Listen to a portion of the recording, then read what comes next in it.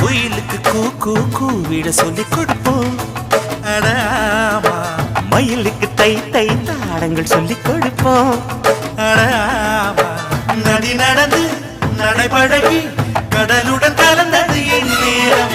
கடந்ததெல்லாம் மறந்துவிட்டு அலைக்கடல் இசையினில் விளையாடும்.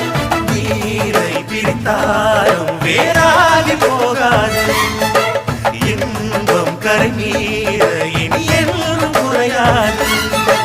குயிலுக்கு தூக்கு பூவிட சொல்லி கொடுப்போம். அடாமா மயிலுக்கு தை தை தாளங்கள் சொல்லி கொடுப்போம். அடா